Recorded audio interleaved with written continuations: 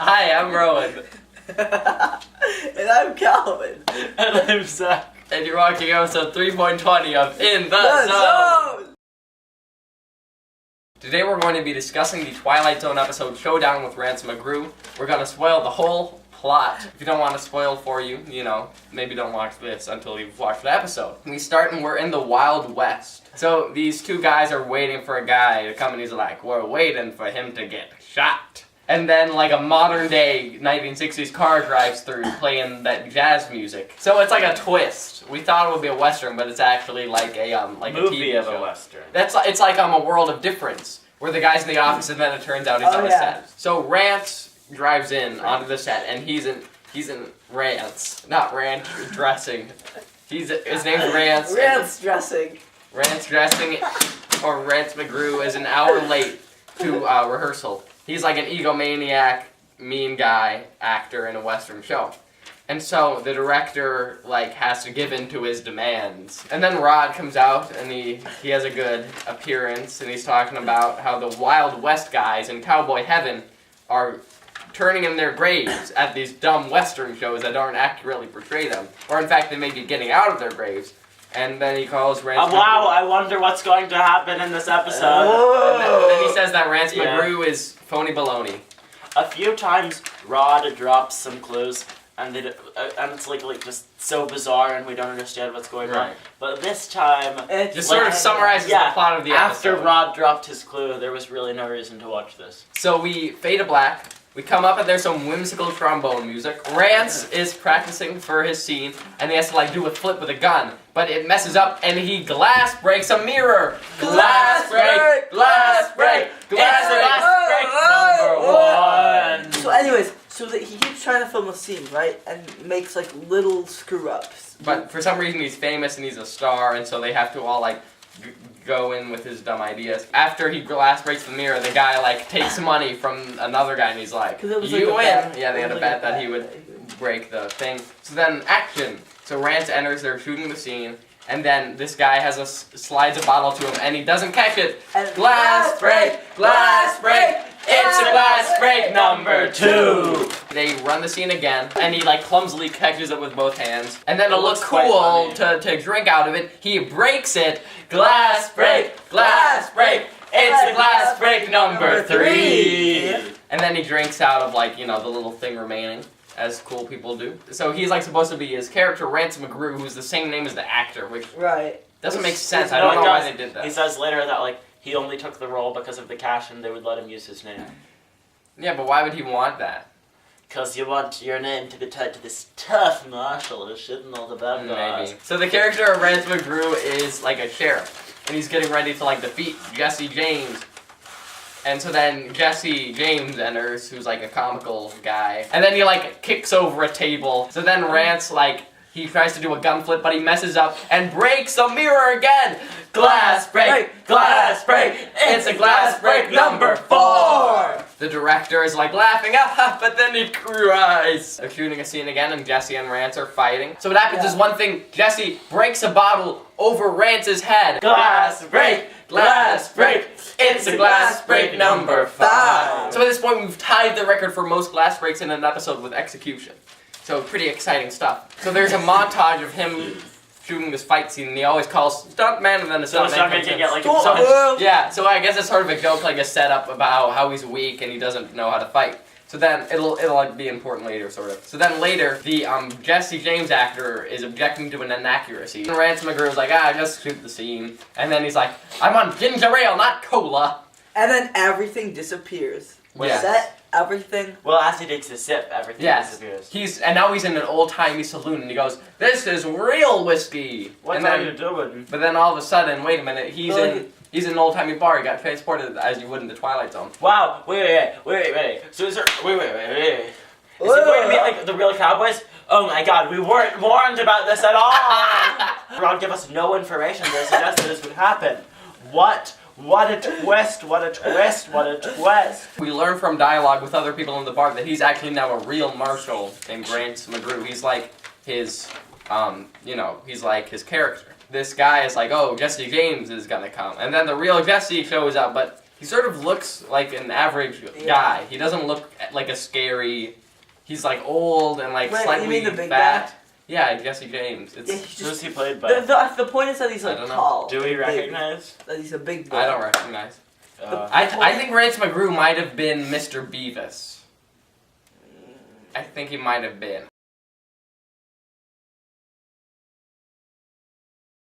Jesse comes in and talks to him, and he's angry about, like, the guy who plays him. He's, like, calls him, like, a pork chop or something. which is a little bit stupid, because, like, the guy playing Jesse was really, like... He was really going for the accuracy. Wait, Yeah. because, like, the guy playing Jesse actually, like, seemed honorable. Like, right? But I think the joke is that he was, like, a little small Yeah. guy, but this guy's Yeah, big, and he was right. like, oh, he was nothing. Big Here's, boy, small boy. Rance McGrew gets scared, and he goes, cut! Fade to black on a big laugh. I thought this was very, like, padded. Do you agree? The scene where, like, Jesse sort of terrorizes Rance. It's like, Maybe. I think more than... okay, you can have a scene where someone walks around and is just, very, very spooked if the actor carries it.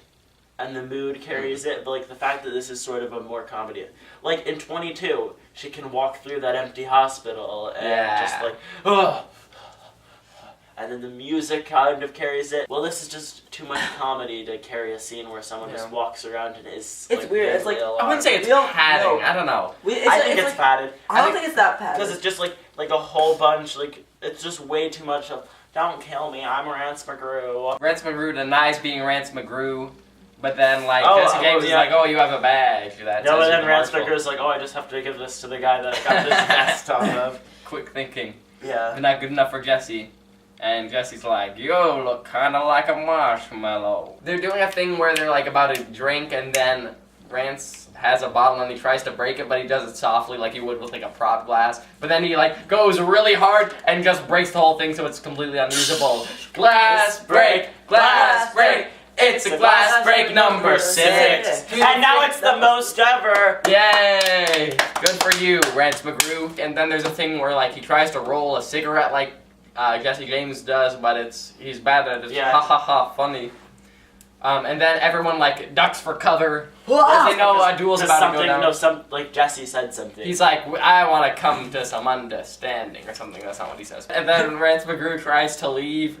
And then the guy's like, just a minute. And he's like, oh, I'm not leaving. I just wanted to see if it was gonna rain. Jesse is complaining about old episodes of the show. He's like, he's like, I don't believe you ever shot a gun, hit a guy in the face, or even rode jumped a off horse. an 800-foot cliff on. Right, he's talking about He's an like, yeah, unrealistic no, I've episode never where he done jumped that. off of a cliff No, but like, onto a okay, horse. here's the thing, because if Rance was like feeling any arrogant about this, or saying like, yeah, I am very cool, Right. But he's like not. Rance is like, yep, I do not jump off 800-foot cliffs onto a horse. But like, there is nothing wrong with portraying like extra dramatic things in a movie. Yeah, it does make sense. I don't get it. Yeah, wait, actually, like, I thought I think do Jesse's that. worldview is just sort of warped. So then he's like, us cowboys decided to teach you a lesson. We thought it was dumb that you always won, and just once we thought you ought to lose. And then it's like, okay, I can lose. How do I lose? What does losing entail? Jesse is like, oh, we're gonna go out and like do a duel or a showdown. Salvage team. This episode Brought to you by Brain Games the Game. Yes.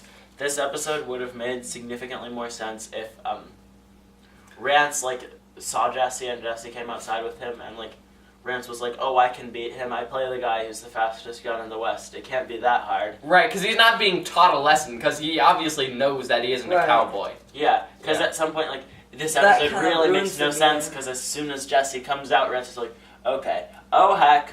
Right, because usually he's arrogant, so you think it would be like his comeuppance is being shown that he isn't really all that cool. But then No, but it's just like, as soon as like he's like, yep, I realize I'm not a cowboy, I'm not a Right. marshal, I am not a Right. marshal, no, that is me, I am not, no, got this vest from someone else, it's not me. So they both go around the corner, and then they're supposed to approach each other. But Right. like Rance is scared, It's like so he he's just doesn't. hide behind. He just he hides, but then behind it. eventually Yeah. comes out. Why didn't he just run away? Well, like, because now we have like He wants the to prove vague himself. point that like he's like, I am strong boy, but if like, this I'm would have not made a just so coward. much more sense if he just like actually like sold the I'm not a coward from the start. Right. They're gonna count to 5, and then they're gonna both draw.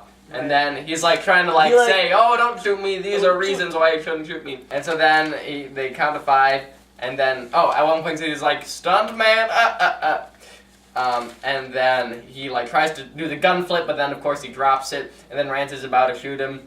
What if it ended with Rance McGrew getting shot? No, Like, wait. for his life? Here's an idea. What if Rance just shot Jesse and it was like, that'll teach you a lesson, and then it was a TV show and cowboys kept coming back and trying to kill this guy. How it should have ended is this is going on, and then Rod Serling says, cut! And then they're on the set of a Twilight Zone episode. And then that's how it ends. Rance is like pleading for his life. He's like, I'll do anything you say. And then Jesse James is like, okay. He's like, we may be stiffs, but we are still sensitive. And then he disappears. Then he's back on set. And he drops the glass he's holding. Glass break! Glass break! It's a glass break number 7. 7, 6, 7. At this point, it's just ridiculous. The director's like, what? No, it's not whiskey, it's ginger ale. Referring to his line earlier when he was thinking it's whiskey. Yeah. And then he's like, where'd you guys go? It's like, we didn't go anywhere. And then this guy comes out and he's like, someone wants to talk to you, it's your agent. And so then Rance goes out, and it's Jesse in a What a shirt. what a surprising twist! I was blown away when Jesse came out. I went, wait, like, here's the thing. When they were like, someone wants to talk to you, I was like, it can't be Jesse. I was like, who? Who is it? Who's it gonna be? Not Jesse J. Who's it gonna be? And then it was my Jesse! God. Jesse is like, I'm gonna make some notes on the script and make sure you don't hurt feelings. And so he's like, well, I'm not going to shoot Rance in the back, so make it happen that I throw Rance out of a window. And then Rance goes to the set and is like, I have a great idea. Then he gets thrown out of a window. Glass break! Glass break! It's a glass break number 8! Most glass breaks ever. Most glass breaks ever. Then Jesse gives some more notes and suggestions to the script, and then they drive off, and that's the end. I feel bad for the agent. Oh, the agent who got replaced? Yeah, did he just switch places? Did Jesse James just shoot him? Yeah. That's what I want to know. What do you guys think?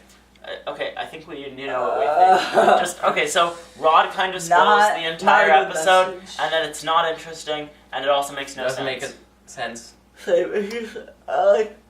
I watch it. It's kind of entertaining, like how just a little bit like in the beginning. I think the beginning before he meets Jesse James, I think it's sort of fun. Once he goes into the Old West, it's not really funny or interesting anymore. It's just like, it was much more fun when he was just like breaking glass and like being a goof. Here's this unfortunate thing about this episode, I think. Right? So like this whole thing, everybody is saying that there's something wrong with like the actors for playing cowboys without having been shot. Right. And it's like, not everyone has to be shot to play a role. That is not a character flaw in an actor. Yeah, it's not having done that. It's bizarre. I mean, really, this, if you didn't know, this is one of the comedy episodes of the Twilight Zone. So, I don't know. So I don't know if they want us to think too hard. I think either way... It's not very funny. Right. It's not that funny, it's just gag humor of people it's not about how many times he breaks things. It's not painful.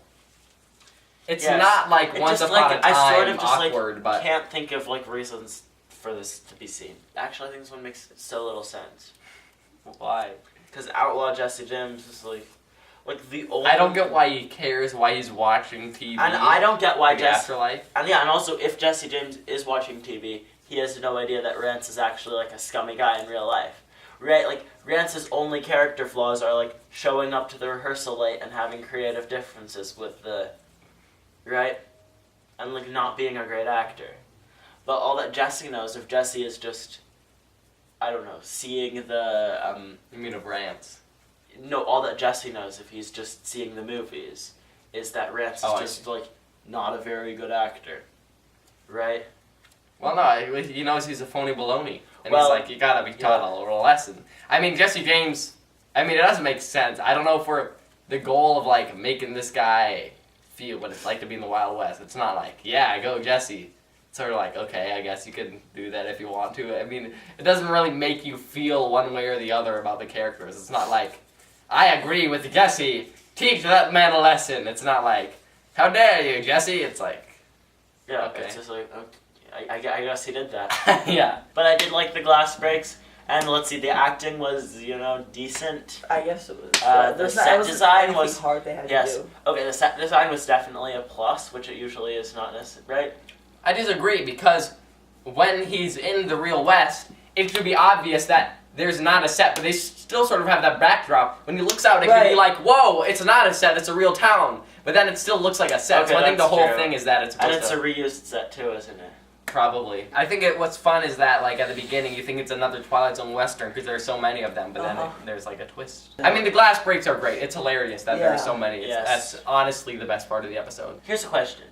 How much rating would you give to an episode where for 25 minutes a guy runs through glass pane after glass pane after... I would like it if he, like, screams in agony with more pain every time. No, I would only like it if every glass break was sort of different. If he wasn't just running through, if he just broke glass in different ways in many different surfaces, that would be just like really fell out a window, then the ambulance comes, and then he crashes through the ambulance front, and then he breaks he throws ambulance workers out all of the windows. And then he drives the ambulance to a museum where he breaks all of the sculptures. Oh my gosh. The glass sculptures, that is. Yes. And then he goes to a blown glass store.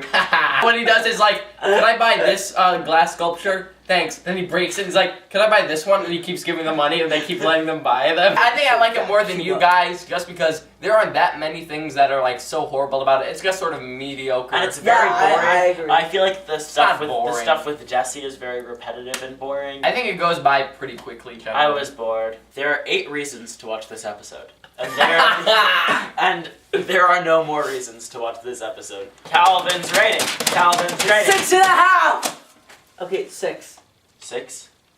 Okay, Calvin, can I just say, literally every time for like maybe the past 6 episodes, whenever he said his rating, he's looked at me and then given it a half point lower. It's hilarious because every single time, without fail. Let's go with 6.5. 6. We're going with 6. 3, 2, 1, 5.5! Wow! Rating split! You're too mean! You're too nice! You're too nice! You're too nice! You're too nice! You're too nice! You're too nice! You're too nice! You suck! You suck! You suck! Showdown with Rance McGrew! Next episode, we're going to be discussing Kick the Can. See you then!